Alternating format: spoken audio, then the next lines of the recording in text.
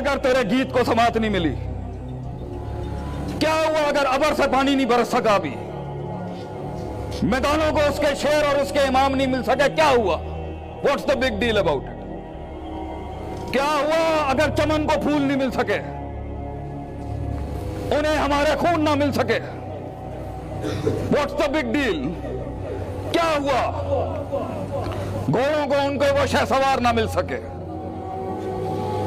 यारों को उनके वो यार ना मिल सके, हमें उनके वो हाथ ना मिल सके?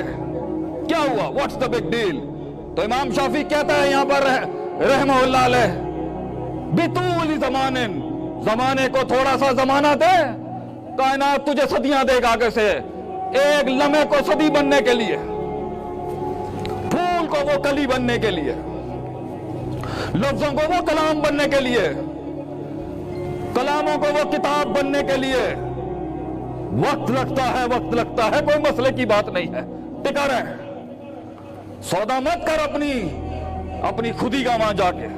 शेर कुत्तों के बीच में शेर ही होता है पुत्र, कुत्ता नहीं बन सकता शेर।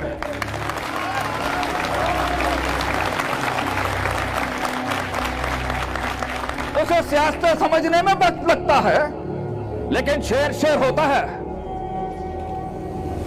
कुत्तों की मंडी में जाके अपना रेट मत लगवा, वक्त लग जाए लेकिन सही बाजार में बेच के अपने आप को, कुत्तों की मंडी में मत बेच,